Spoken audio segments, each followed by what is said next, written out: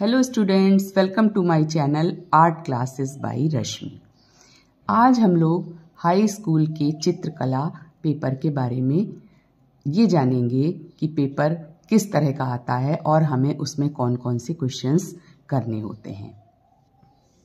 हमारा पूरा प्रश्न पत्र 2 भागों में डिवाइड होता है। पहले भाग में क्वेश्चन आंसर होंगे और आलेखन करना होगा। दूसरे भाग में हमें स्मृति चित्रण करना होता है। इन दोनों प्रश्नों के साथ भी काफी ऑप्शन होते हैं, लेकिन ज्यादातर बच्चे आलेखन और स्मृति चित्रण करते हैं। तो हमें जो वस्तुनिष्ठ प्रश्न करने हैं पहले भाग के, उसमें भी हमें आलेखन और स्मृति चित्रण के प्रश्न ही करने होंगे। आलेखन वाले प्रश्न देख लेते हैं किस तरह से आते हैं। सजावट के आधार पर आलेखन को कितने भागों में बांटा जा सकता है? तो इसमें ऑप्शन दिए होंगे, लेकिन हमें इसमें से सही ऑप्शन लिखना होगा 4। हमने पहले भी बताया है आलेखन कई तरह के होते हैं। अलंकारिक होते हैं, प्राकृतिक होते हैं, सूक्ष्म आलेखन होते हैं, ज्यामितीय आलेखन होते हैं। तो 4 आंसर हो गया इसका। धरातलीय आलेखन में सजावट होती है किस चीज की? जब धरातल वर्ड दे दिया तो इसका मतलब यह है कि हम धरातल में कोई आलेखन बनाएंगे तो धरातल की ही सजावट होगी। साड़ी के किनारों का आलेखन, देखो नाम दे दिया साड़ी का किनारा, किस आलेखन के अंतर्गत आता है? तो किनारी आलेखन के अंतर्गत आता है। अगला प्रश्न है, भवन, फर्नीचर आदि के आलेखन के पश्चात वस्तुओं के मूल्य पर क्या प्रभाव पड़ता है? तो एक कोई सादी चीज होती है और एक हम उसको सजावट कर देते हैं, तो निश्चित है कि उसके मूल्य में वृद्धि हो जाती है। तो इसका आंसर है कि मूल्य बढ़ जाता है। निम्न में से कौन सा आलेखन का तत्व नहीं है? तो रंग योजना भी है उसका तत्व, प्रभाविता भी है, संतुलन भी है, एक कौशलता है। इसमें कोई भी ऐसा नहीं हो सकता कि बहुत ज्यादा कुशल है तभी वो आलेखन बना सकता है। तो कौशलता जो है ये आलेखन का तत्व नहीं है। रंग योजना के सही उपयोग से आलेखन पर क्या प्रभाव पड़ता है? तो उसमें क्या क्या प्रभाव पड़ता है? देखो इससे मिलता जुलता प्रश्न है ये। भव्यता बढ़ जाती है, स्पष्टता आती है और हृदय स्पर्शी बनता है। हृदय स्पर्शी का मतलब है मन को सुंदर लगता है, आंखों को सुंदर लगता है। और चौथा ऑप्शन है ये सभी। तो ये सारी चीजें जो है हमारे आलेखन में होती हैं, तो हम इसका आंसर लिखेंगे ये सभी।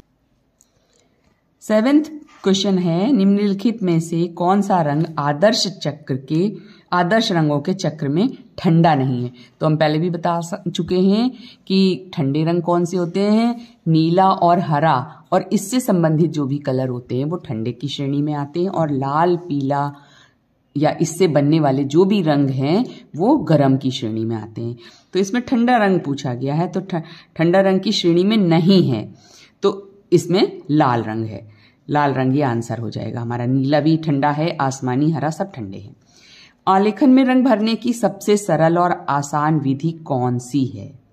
तो सबसे आसान हमने बताया है आलेखन बनाते समय, जब हम अपना जो वॉश करते हैं डिजाइन को, वो अगर हमने लाइट रखा हुआ है तो उसमें हमें बड़ा आसानी हो जाती है अपने कलर्स लगाने में, फूल पत्ती में।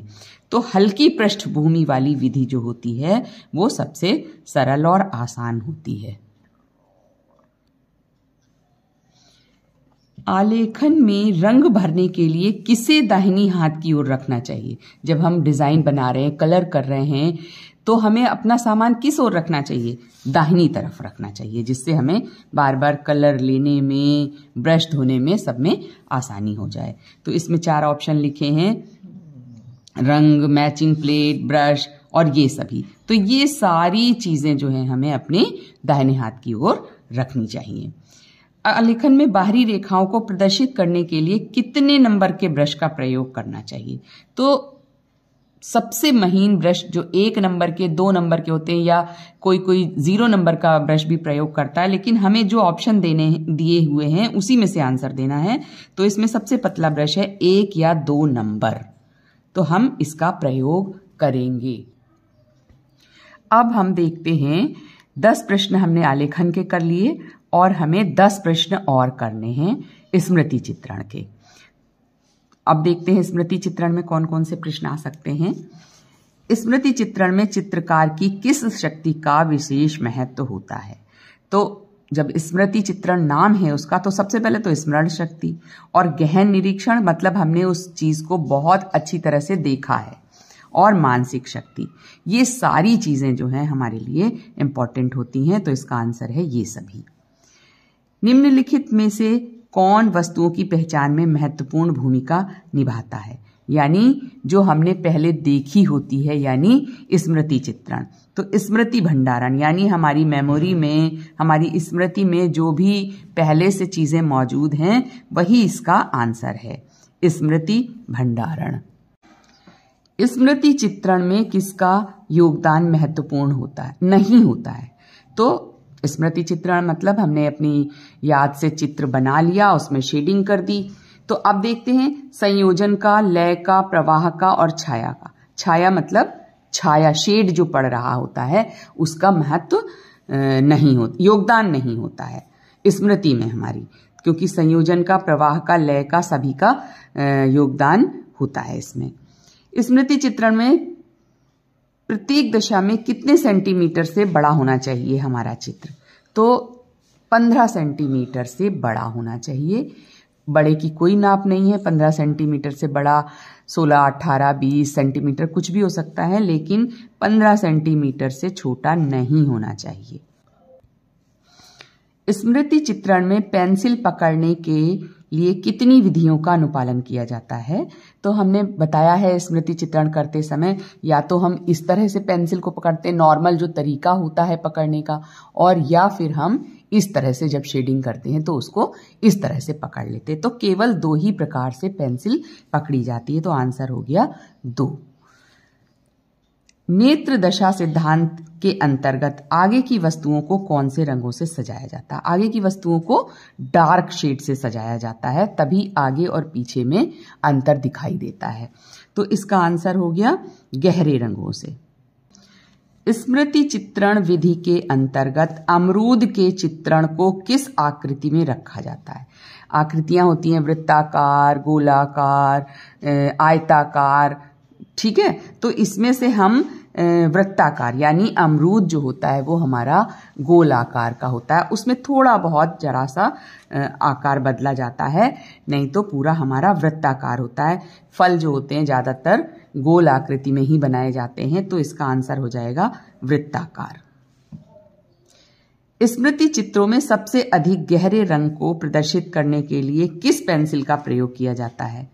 तो जो ऑप्शन हमारे पास दिए रहते हैं उसी में से हमें देखना है कि हम शेडिंग करने के लिए किस पेंसिल का प्रयोग करते हैं। तो इसमें आंसर है HB, 2B, 4B, 8B। तो हम इसमें 4B का अधिकांशता या तो हम लोग 6B का प्रयोग करते हैं या फिर 4B का करते हैं। तो इसमें ऑप्शन 4B दिया हुआ है, इसलिए हम इसको सही मानते हैं और आंसर हो गया 4B। बेलनाकार वस्तु का शीर्ष भाग किस आकृति का होता है? ऐसे इससे संबंधित क्वेश्चन पहले भी था, बेलनाकार, आयताकार, वृत्ताकार। तो उसका जो बेलन जैसा जो बनाते हैं हम, इस तरह से कोई भी चीज बना रहे हैं हम, तो उसका ऊपरी भाग जो है ये शीर्ष भाग किस तरह का होगा?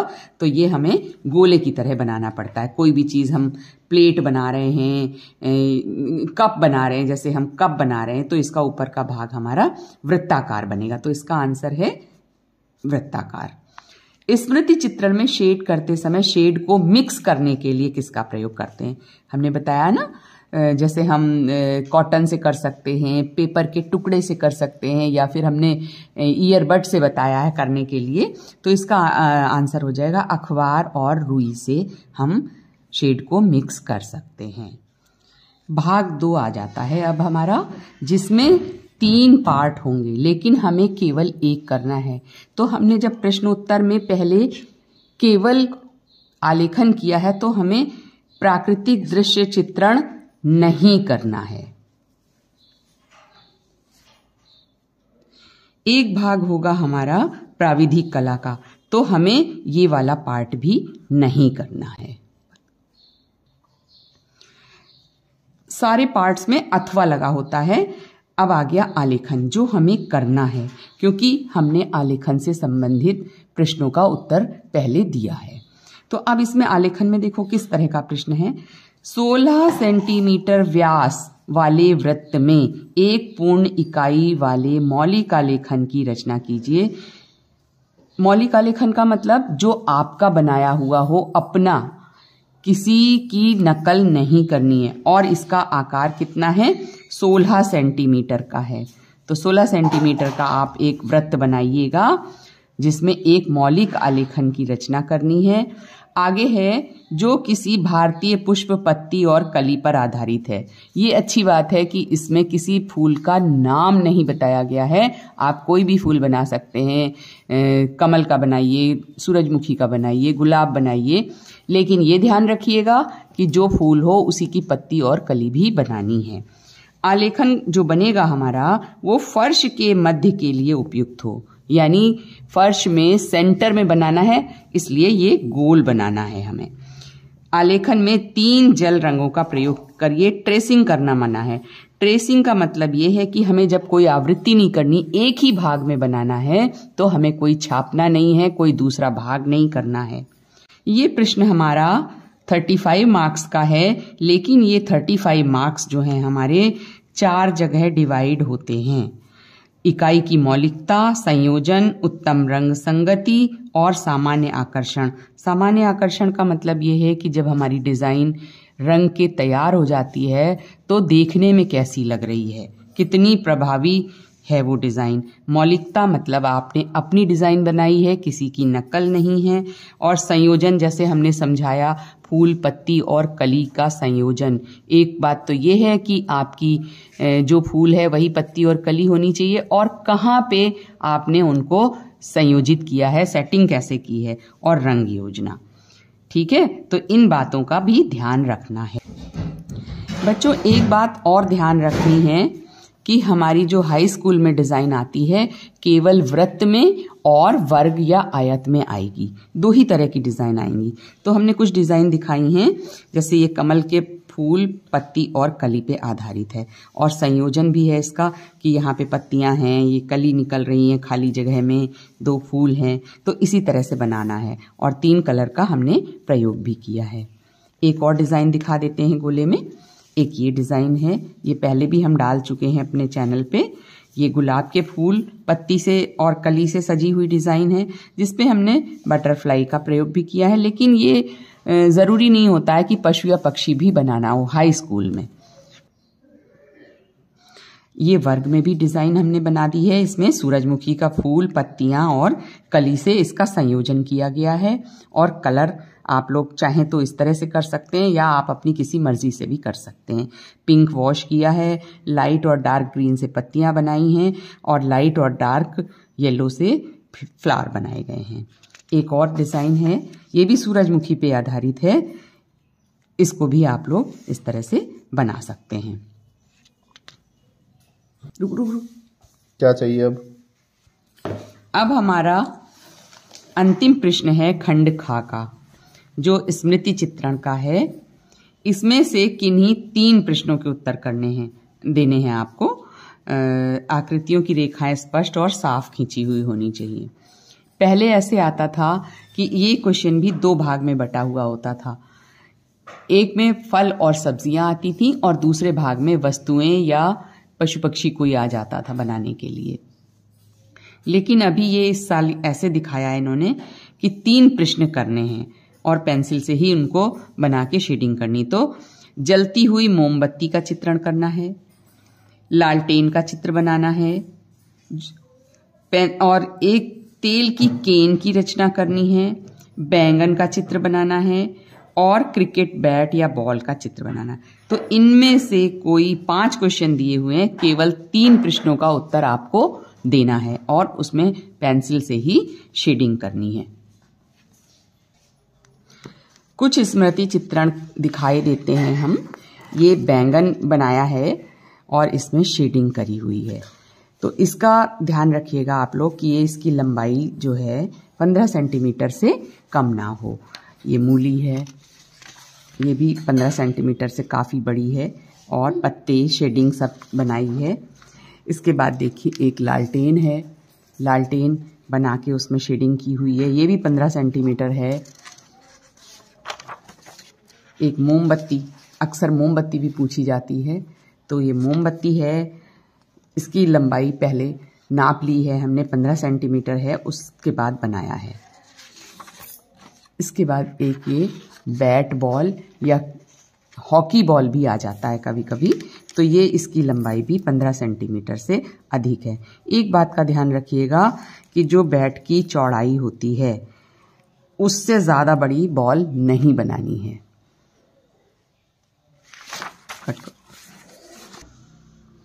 तो बच्चों, इस तरह से हम लोगों ने देख लिया अपना पूरा पेपर 2 भागों में डिवाइड है।